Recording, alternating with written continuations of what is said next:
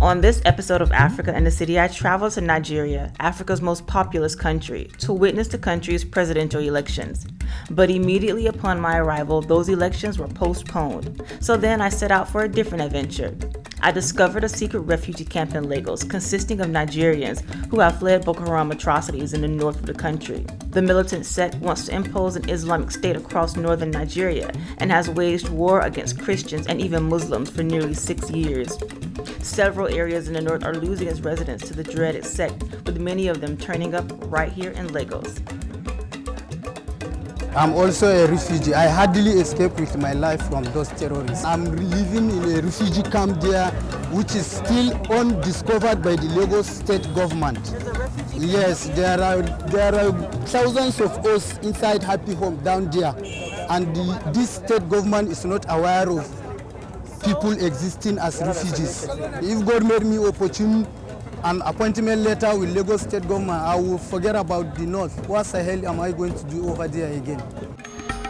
Africa in the City. Real Africans, real stories. Lagos is a bustling West African commercial city of about 21 million people and counting, making it Africa's largest city. Despite Nigeria's enormous oil wealth, it's a country with a galore of problems stemming from corruption, extreme resource mismanagement, ethnic tension, and insecurity that is raging in the north and in the south. With the country's hotly contested presidential election still just around the corner, I wanted to explore Nigeria's Boko Haram hotbed and the people displaced by the ongoing conflict.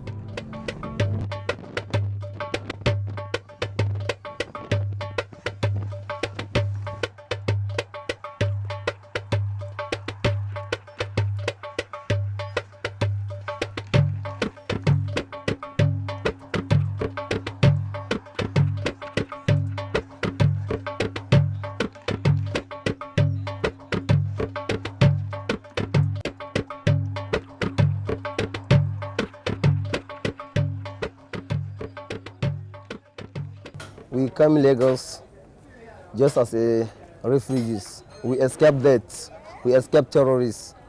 And the way how we people are escaped from our village, nobody can say that he is aware of how managed he escaped. Everybody just escaped. We people from Adamawa States that are coming, we are more than 2,000 people. Up to now, people are still coming. And as they are coming, nothing they are doing again, just to remain idle, in order just to have a rest of mind or to sustain before God will bring a little rest for us. More especially, person like me are just coming out without knowing where their family members is. My mother, my father, my brothers and sisters, I don't know where they are. Because it is a type of running that everybody's are just running unnecessarily. You are just going out without even a shoe, clothing from your body. You are just running. Even to get something to chop is a problem. Unless before we people know where we are, we have already gone far from our village. Because you can no longer stay in your local government or your village area to say that you are looking to something to do or to escape from your life. Well, no, you will just run before you will go find yourself whenever you are.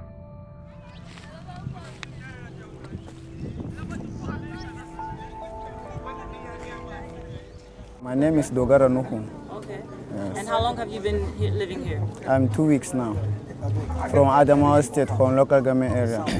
I live because of the Boko Haram. They come pursue all the people for our area. They kill many people. They kill even my brothers and my sisters. So one day we are at homes. They just come, kill people, fighting. We just run into bush. From bush we come into Yola. Then from Yola, I decide to come to Lagos. That's why you see me here. And this is the story of many people from places in northeast Nigeria. Happy Home is one of the many indiscreet living quarters established to house people fleeing conflicts. Existing in Apapa, Lagos' largest port, Happy Home is famous for housing people from Adamawa and other states whose municipal districts have been taken control of by Boko Haram militants.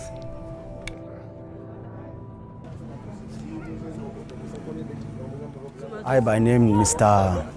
Bame Papka. I'm from Adamawa State, Madagascar government. I'm the leader of this area. I'm here before the Boko Haram crisis happening.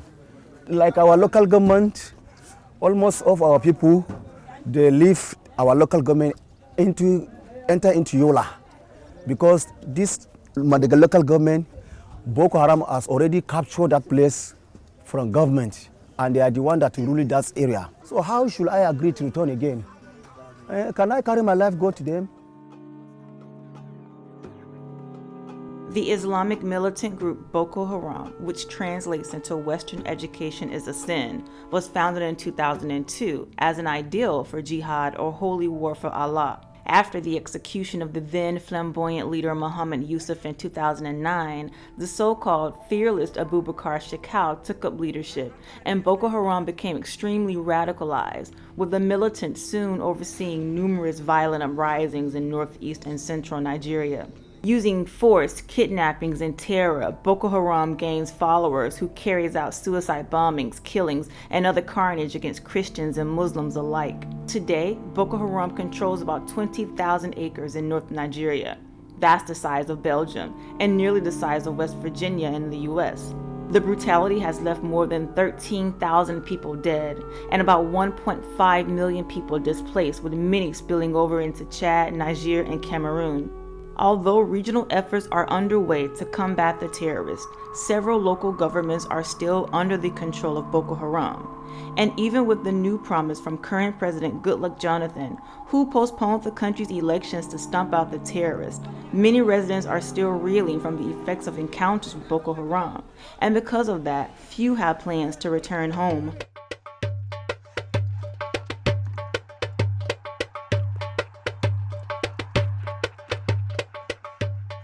Apapa is an industrial zone in Lagos. It's the city's main seaport and where a major container terminal and Navy base are located. Away from the creeks and ports, happy home dwellers live beside a landfill. Although the living conditions have become comfortable for some of the residents, it's still not comparable to home. For our place, we not a small enjoyment, yes now, because our parents is there. Our brother is there. Our relative brother and sister is there. Also our friends. We are eating our tradition soup, tradition food, and we are not paying a rent. We are not buying a food. We are not paid before toilet. We are not paid before bathing. All this one is available to us. So the money that we are spending here, we are not spending it for our place. Even these women that are cooking here, they are also in the part of the displacement. They have never been in Lagos before. It's because of this Boko Haram issue. That is why they came to Lagos for some time. This place that we are living is a Navy land. It is a commander officer give us the place. So, and even you, if you come and give small money, then you can build parkour like this. They can carry rent. If it is a person that doesn't have a family, they can be stay 3 or 4 in each one room. And a person that having family, he can carry one room with his wife and his children. Yes, like this woman now, she's living in one room together with her children and her husband. They are paying monthly 4,000 naira.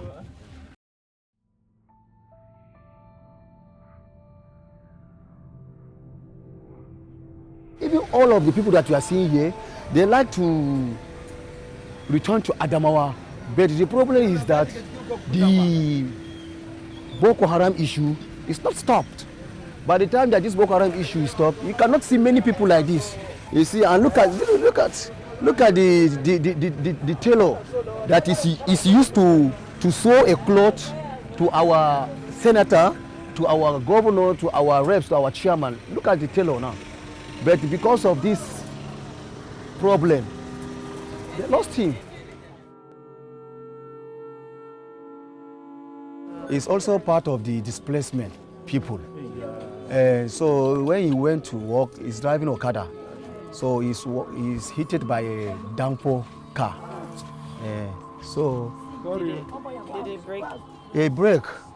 They don't treat them. They treat him. You see, this is for our own.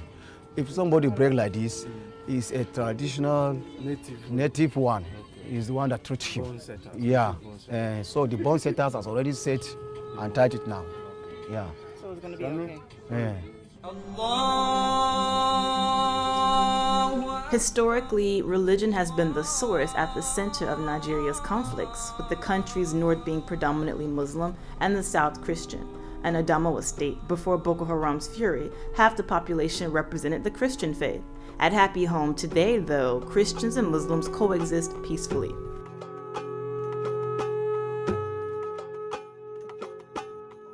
Yes, there is a Christian, there is a Muslim in Adamawa. That is why you see mosques, church here.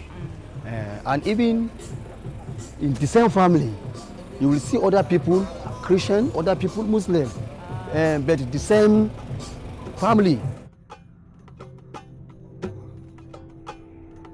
With the elections nearing, the people at Happy Home have mixed feelings about who to cast a vote for. Not just those from Adamawa State, people from Kaduna, Yobe, and Chibok, whose community saw a kidnapping of more than 200 schoolgirls in 2014 and have yet to be rescued. Many have lost hope in Nigeria's capability to end the chaos, but the dominant desire that exists amongst this group, collectively, voting or not, is an urge for change. I'm really Chibok guy. I'm from Chibok. Them no wanted to help us. If them be serious to help us, they don't do it since 2009. This is starting with just chaos. 2010, I'll be 2009. We started in my country, in my state, where they just they kill us anything. Me, like person, I tell you people my mind. I'm not vote for anybody. I'm not trust anybody. Nobody say Buhari, Jonathan Goodluck, all that one. Now only God. If anybody where God choose, they may be our president. It's okay. Nobody say I go to vote for anybody too.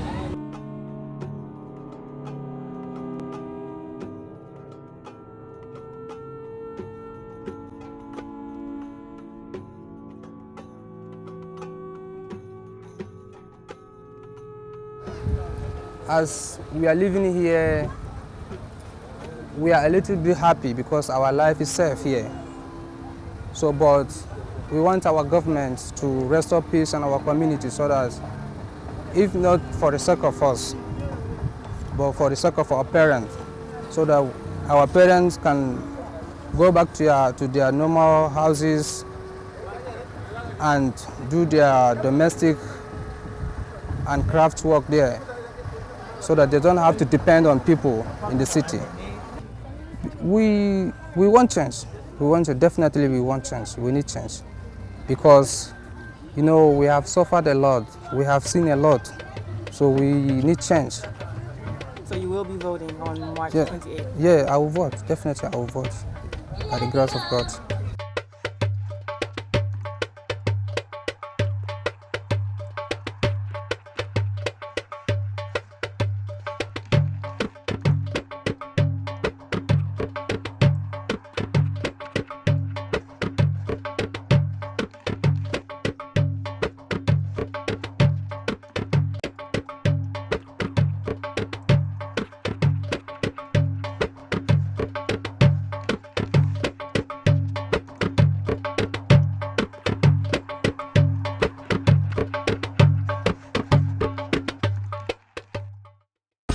Africa in the City.